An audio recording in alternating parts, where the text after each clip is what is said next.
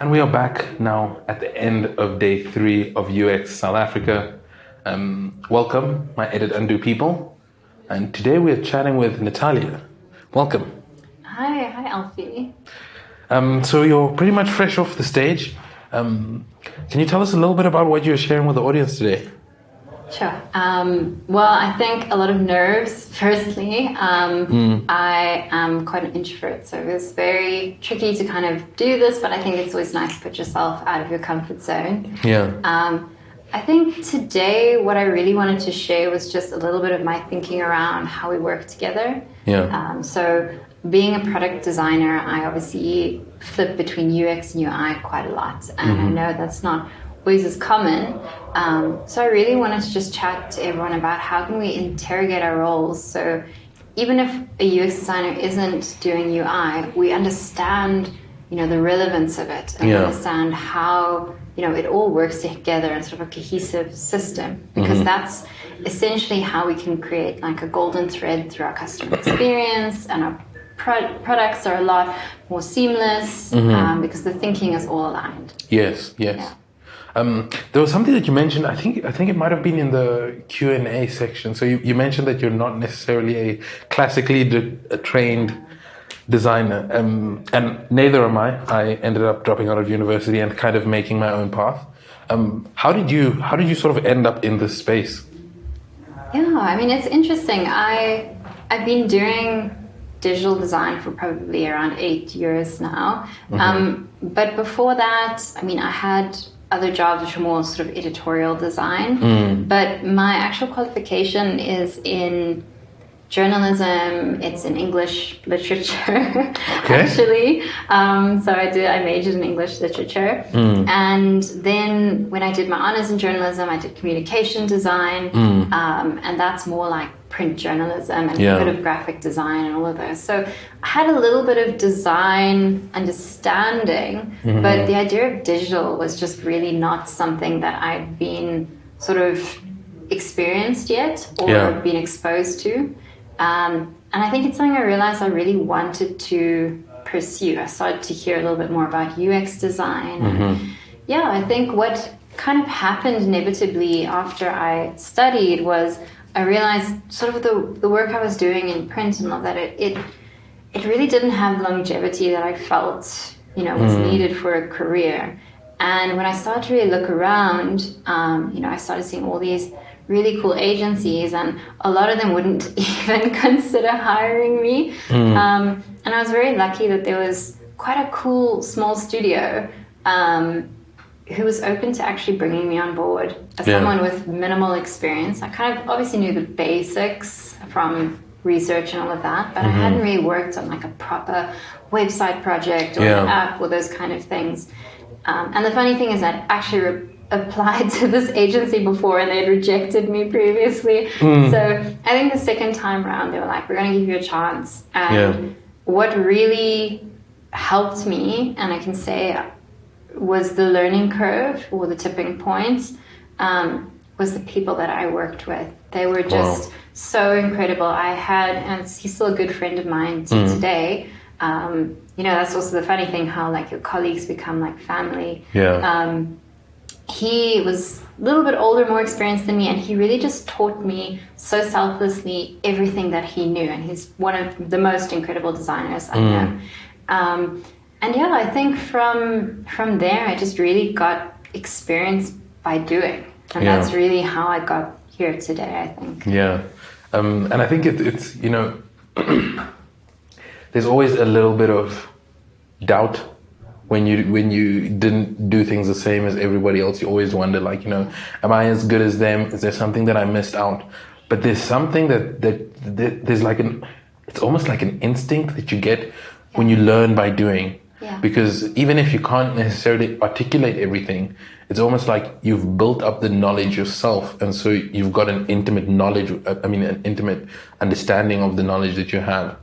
And so I think I definitely, for everyone out there, recommend, even if you are going the classical route, try to get as much experience doing things as you can, even if you're not like, especially while you're learning, even if you don't get paid for it. Yeah. Simply doing projects for your own sake can be something that pays off quite a lot later on. Yeah, definitely. I think like also, so I recently actually, not studied, sorry. I recently lectured at CTCA in design systems. And what was so cool about lecturing there, and I mean, the way that they structure the curriculum is amazing. It's very much like, we want you to teach in the way that you think is going to bring value. And what's great about that is that they allow you to bring your real world experience into an educational environment, which I think was wonderful for the students, and I think they really appreciated that. So, I mean, I at the time was teaching design systems, but I was also working on, for example, the Sunum design system, which was crazy. Like, it was just this beast of a design system with so many moving parts, and it was almost amazing to be able to take that experience as I was also learning, because I didn't think you ever really stop learning. You know, today I'm still learning something new every day, and take my learnings and teach at the same time, which I think is so amazing. And I think that's when you find the perfect middle ground, because in some ways, if you're only teaching and not necessarily practicing, you start to almost churn the same knowledge you had, and you don't integrate the new developments of the industry and the new challenges that the industry is facing. But when you've got a little bit of both, you've got the rigor that comes with academia, but you also have the practicality that comes with practice. Definitely. And I think it's so easy to become comfortable and complacent in what you think you know. And I think something that's always been a key thing in my life is when I don't feel uncomfortable, I start getting really bored. I don't know why that is, and it's almost like I want to punish myself. But I realize, like, if I'm not pushing myself, and maybe that just comes from my personality type.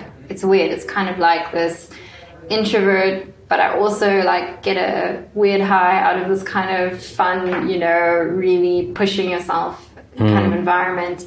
You know, that's when you really realize, like, there's actually a space that I haven't explored yet, or I need to grow. And, you know, the great thing is, like, when you push yourself, you realize you're actually quite capable. And it's just the fear of starting, or the fear of what you don't know. I think you spoke about that, actually, that sort of barrier, you know, and that's what a mentor can actually bring to the table, is when you realize, actually, you know, it's a lot more accessible, and the barrier to entry is a lot lower, and all of that. So I think you're totally right. Like, in a sense, everything that we learn, at some point we didn't know how to do, and at some point we had to step outside of our comfort zone and pick up the skills that we have, from learning how to speak to the most complex and abstract things that, you know, that we do at the end of our mathematics journey, especially if we don't take it forward. But sort of taking that into account, you know, it's sort of like, I sometimes wonder or question, like, when do we start to lose that, or when do we start doubting ourselves? Because, you know, if you think about a child, like, they take learning, like, it's a part of life. It's something that they do. They're going to do a lot of things that they don't know how to do. Radical self-confidence. Exactly. It's sort of like, I wish I was I can learn anything. Yeah, no, it's very true. I think we always feel self-doubt. I mean, unless you're just radically confident, but I mean, I feel it every day almost. You know, you question yourself, you second guess yourself. But I think it's realizing that even though you doubt yourself, you're going to try anyway. And the reward of trying is far greater than not trying. So that's kind of the key motivator, I guess, at the end of the day. And that really builds your confidence, because, like, especially when you try and do something that you're not sure that you can achieve, and then you end up achieving it. There's just such a sense of accomplishment that comes with that. Yeah, definitely. And then, so tell me, there's a question I've been asking each of the guests. So the first is, of the conference over the past couple of days, what has been the thing that has stood out the most for you? I think I really loved the talk by Human Insights today. I love the dynamic of those two women together. Yeah. And I think there's such, I don't know, respect and also vulnerability as leaders that they show. I mean, the fact that they were talking about ethnographic research and they were going in and they were really empathizing, but not empathizing in the generic way we talk about, you know, in like workplace environments, actually really connecting with people. And I think for me, you know, it's so easy and it can happen very quickly that you become detached from that. Yeah. And to kind of have that really real reminder is so important. And I mean, when they discuss the idea of language or, you know, family, you know, she was saying how she has, you know, 5 fathers and her cousin is her sister. And like, that's real. That is human dynamics and interaction. Yeah. And I think like we don't always think about that. We don't think about the person beyond the fact that, you know, obviously there's principles and how are they engaging it, but who is the person that Behind we're it all. talking to? And I love that talk so much. It was That's so amazing. beautiful. And then the second one is, if you were to change one thing about the conference over the past few days, something big or small, what would that be? What would you like to see different? Sure, it's hard. That's a hard question. I mean, I think the conference was wonderful.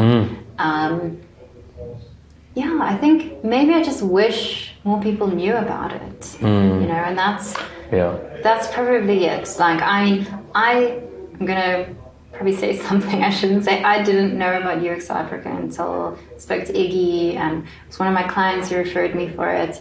Wow. And you know, I kind of regret not knowing, because I think I missed out on like how many years of amazing conversation. And I think if more people knew about it, we could really, you know, bring a lot more insight to the table. Yeah. And, you know, also I think there's so many varying degrees of UX, UI, product design. And I do feel like the people who know about it currently, it's a very corporate world. It's like the banking sort of organizations. And obviously like Lucky Beard is very creative. But now I think about the dynamic in Cape Town, for example, where I'm from, like those small UX, UI agencies who are like so specialized, like, you know, get them here, get their teams here. Let's get the mix of, you know, really highly fintech functional UX designers with people who are doing like really experiential stuff in the space. You know, and I think that could be really cool to bring those people together. I think that's an amazing one, because that's really where the value comes in, like being able to engage and learn from people who are outside of our day-to-day activities and who see the world in some sense in a different way. They give us the things that we need to change our own perspective, and we do the same thing for them. Yeah, no, definitely, 100%. All right, Natalia, thank you very much. I appreciate your time. And to everybody listening or watching, thank you, and have a good day further.